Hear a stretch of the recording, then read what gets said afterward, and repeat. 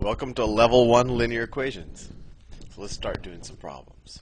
So let's say I had the equation 5, that's a big fat 5x equals 20. So at first this might look a little unfamiliar for you, but if I were to rephrase this, I think you'll realize this is a pretty easy problem. All this is the same thing as saying 5 times question mark equals 20. And the reason why we do the notation a little bit, we write the 5 next to the x because when you write a number right next to a variable, you assume that you're multiplying them. So this is just saying 5 times x, so instead of a question mark, we're writing an x. So 5 times x is equal to 20. Now most of y'all could do that in your head. You can say, well, what number times 5 is equal to 20? Well, it equals 4. But I'll show you a way to do it systematically just in case that 5 was a more complicated number. So let me make this my pen a little thinner. Okay. So rewriting it, if I had 5x equals 20, we could do two things, and they're essentially the same thing. We could say we just divide both sides of this equation by 5, in which case the left-hand side, those two 5's will cancel out, we'll get x, and then the right-hand side, 20 divided by 5 is 4, and we would have solved it. Another way to do it, and this is actually the exact same way, we're just phrasing it a little different. If you said 5x equals 20, instead of dividing by 5, we could multiply by 1/5. And if you look at that, you can realize that multiplying by 1/5 is the same thing as dividing by 5, if you know the difference between dividing and multiplying fractions. And then that gets the same thing. 1/5 times 5 is 1, so you're just left with an x equals 4. I tend to focus a little bit more on this because when we start having fractions instead of a 5, it's easier to just think about multiplying by the reciprocal. Actually, let's do one of those right now. So let's say I had negative 3 over 4 times x equals 10 over 13. Now this is a harder problem. I can't do this one in my head.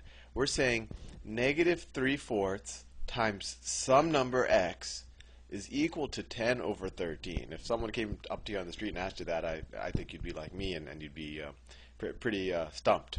But let's work it out algebraically. Well, we do the same thing. We multiply both sides by the coefficient on x. So the coefficient, all that fancy word means, is the number that's being multiplied by x. So what's the reciprocal of minus 3/4? Well, it's minus 4 over 3 times, and dot is another way to use times. And you're probably wondering why in algebra there are all these other conventions for doing times as opposed to just a traditional multiplication sign.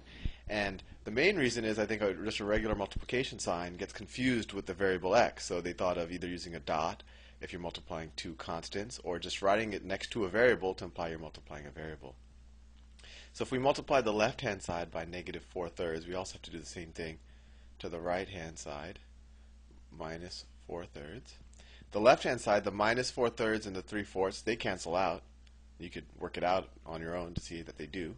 They equal 1, so we're just left with x is equal to 10 times minus 4 is minus 40. 13 times 3, well, that's equal to 39. So we get x is equal to minus 40 over 39. And I like to leave my fractions improper because it's easier to deal with them, but you could also view that that's minus, if you wanted to write it as a mixed number, minus 1 and 139.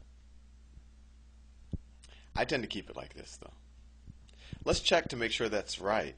The cool thing about algebra is you can always get your answer and put it back into the original equation and make sure you were right. So the original equation was minus 3/4 times x, and here we'll substitute the x back into the equation. Wherever we saw x, we'll now put our answer.